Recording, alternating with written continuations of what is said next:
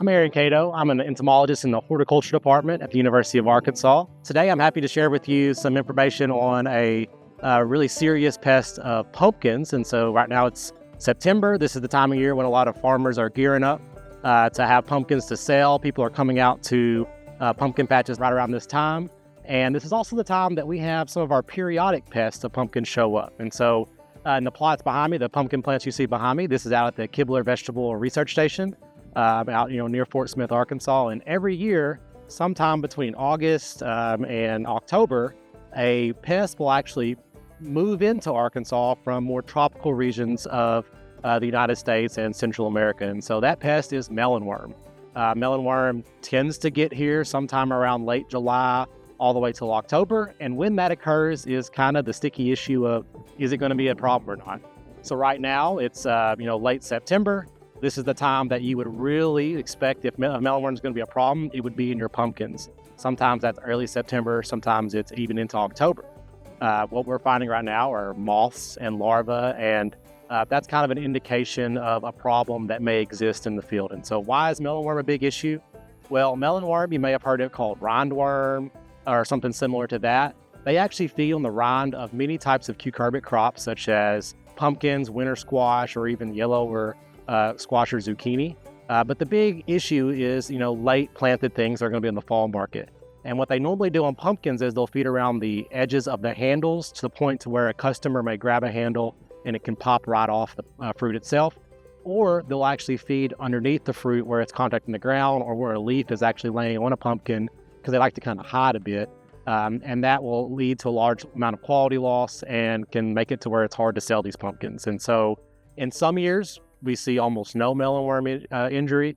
In other years, like in 2021, we had several farmers across Arkansas that lost over half their crop. 2024 would be another good example of the year where we had really high pressure and almost everyone had to spray. And so the work that we're doing here is kind of trying to figure out when melonworm shows up, based on what time it shows up or what date, how big of an issue that is for our fall pumpkin market, and then also look at different types of strategies to control it. And so the first thing that we have found in our trials is that melonworm doesn't come to all pumpkins equally. It is attracted to some types of pumpkins more than others. And honestly, it's a bit of a sad thing, but they're most attracted to jack-o'-lanterns, which, is our biggest pumpkin, the largest amount of pumpkins that we're growing for the fall market.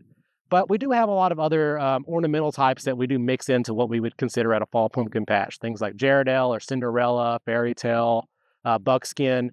And there is a large variety of how much melonworm will go to those plants and how much they'll actually feed on the fruit. And so what our research has shown is that if you're growing anything similar to a jack-o'-lantern, whether it's white, whether it's large or small, they love them. And so that's because they are highly attracted to plants from the species Cucurbitaceae, which is our winter squashes, regular squashes, and our pumpkins.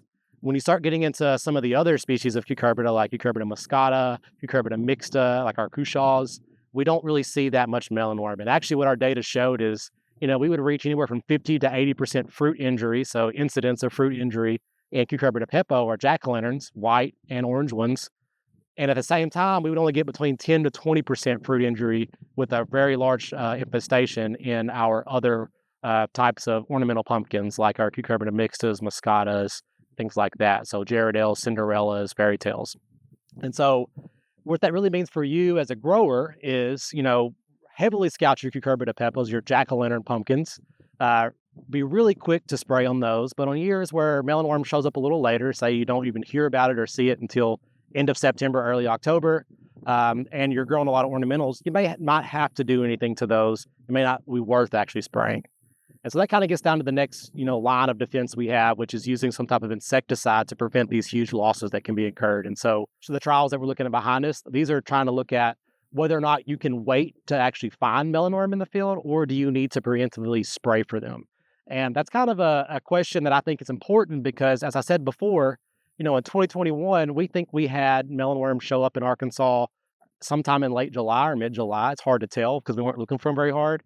But in 2023, we didn't find a melonworm in Northwest Arkansas until mid-October.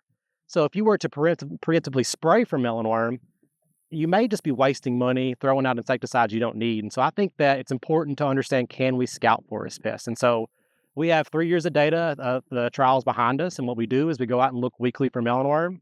As soon as we find them, we use either an organic insecticide like BT, or we use more like a pyrethroid, which would be our broad spectrum insecticides like lambda-cyhalothrin, which would be Warrior 2, or bifenthrin, which would be Brigade. And then we also use some of our caterpillar-specific insecticides like ones that contain chloranchanilipro, which would be like uh, Coragen Evo or Shinzi or even Besiege, which is a mixture of chloranchanilipro and lambda-cyhalothrin.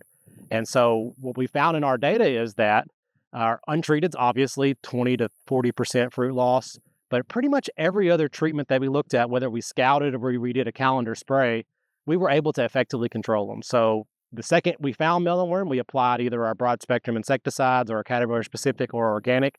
All of them did a great job.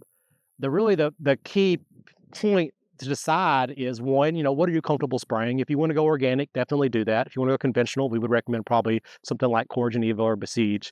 But the question you should ask yourself is, how much residual activity am I going to get out of that insecticide, and how long do I need to protect them? So we have several growers. September 25th is kind of that key time for a lot of people to start the fall market, especially bringing people in, and they don't want to spray anything, after that point. A lot of people are wanting their pumpkin plants to dry down and get them out of the field. Well, something like chloranchanilipro, which would be Coragen Evo or Besiege or Shinzi, we're looking at 21 to 28 days of residual activity. So if you were to apply that sometime mid-September, hopefully that would get you to the end of the year. Whereas our organic product like BT, you need to spray that weekly. Or our broad spectrum insecticides like our pyrethroids like Warrior or Brigade, you also have to spray that weekly since they only have a few days of residual activity. But the good thing is, if you're already putting out one of those broad spectrums for cucumber beetles or squash bugs, you can count that week as already having a good protection from melonworm. And that's what our data behind us has shown. And one of the most surprising things to me was we came out and sprayed these plots weekly with a BT product. So I believe we used Javelin was the actual name of the product that we used containing BT. So BTK would be the type of BT we used. And it did just as good as every other insecticide we looked at, but we sprayed it every single week. And with the weekly applications, we were able to keep melonworm at bay. And so what we've really learned from our research out here and what I would recommend is be very diligent in scouting your pumpkins. Generally, sometime early September or even late July is when you should be looking. You should be scouting them for other insects anyways. The second you see an adult melonworm or a larva, you need to start spraying. And your interval that you spray on needs to be based on the expected residual activity of what you put out there. One of the biggest questions we get is, how long do I spray? Sadly, what we find is that when they show up, they don't kind of stop. And so you're going to expect successive generations that are going to be a problem. They're moving from wild cucurbits around us. They're moving from other fields. And so you do need to spray within, protection within a week of when these pumpkins are going to actually be pulled out of the field. Once they're out of the field, they're not going to be an issue. They're primarily laying eggs on leaves of plants. But until that point, you do need to spray. But I heavily recommend using scouting as a means to time your applications, because what our data also showed was we had a lot of questions about a calendar spray of September 1st and October 1st if you were to use one of those long residual caterpillar-specific products like Coragen Evo. And what we found is on years when they come in early, we actually get damage prior to September 1st. So realistically, you'd have to do October 1st, September 1st, October 1st. And in a year like 2023, you would have sprayed 3 times with products that cost maybe $40 to $45 an acre, and none of them would have been helpful. And so calendar sprays just don't really work out every year. Some years, it may give you a bump, but our scouting sprays have always worked out for us. They have never looked worse than a calendar spray. So that's what we would recommend with. So a lot of times what you'll see with melonworm is online, you'll read about how it's at the handle, but later in the season, especially late September, early October, sometimes what we see is they're actually on the fruit. So right here is a caterpillar from melonworm. And so you can see frash right here. And the way I found this melonworm was there was a leaf laying over the side of the fruit. It's pretty well, I've moved it now, but they like cover. And so if you see leaves on fruit, that's a good way to flop that open. And then, I found one right under that. But that can turn into injury that can lead to pre-loss. Like that pumpkin may not be able to be sold. And this is a large pumpkin. This could easily be a $10 to $15 pumpkin, depending on how it's sold. So, that's a lot of loss just from this one pumpkin. When you're looking for melonworm larvae, which, are going to be what feeds on our fruit, you're looking for leaves that are kind of rolled up or little bits of defoliation or leaf feeding. So you want to look for leaf feeding, so defoliation, especially near the midrib.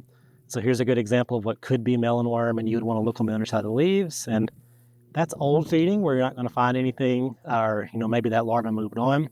And another thing to look for is kind of like rolled up leaves. So something that's kind of been pushed together, not on its own. And then a lot of times this is a good indication that there could be a larva inside. So once again, old feeding, but not finding a larva. But if we kind of track around, what we'll find is, here's a spot where a leaf was pushed together. I kind of opened it up already, but a leaf was pushed together. You pull it apart, and that's kind of the evidence of where that larva we saw signs up from before, when it actually went inside the leaf, pulled it together, and then built himself a cocoon to become a moth. And so I was talking about melonworm moths. This is what, the precursor to that. And so this thing is going to take, I think, around a week or so to pupate, and then you'll have a moth that's flying around laying eggs the next couple of weeks. So, you'll have injury or risk of it from this right here. So this is a good indication that you have melonworm. You may need to spray. So yeah, as we talked about, you're looking for leaves that are rolled up. And so here's a good example. Like, this leaf was not rolled up on its own. Obviously, there's some kind of insect or arthropod doing it. Could be a spider, could be a melonworm. We see this a lot with melonworm. I pull it open, it's a spider. So in conclusion, melonworm are going to be a periodic or sporadic pest. Some years it'll be the key pest you have to deal with. Other years you may never see it. That's why a lot of farmers really don't know that they're dealing with it. But what I would recommend is scouting. Thinking about your other pests you're controlling and whether or not that's giving you a benefit from melonworm. And if you're going to cut off early and you're hesitant to put an insecticide out on your pumpkin patch, those caterpillar-specific products are going to be your kind of go-to, or even organic options where it's not going to have much issues with residual. That's what I would recommend.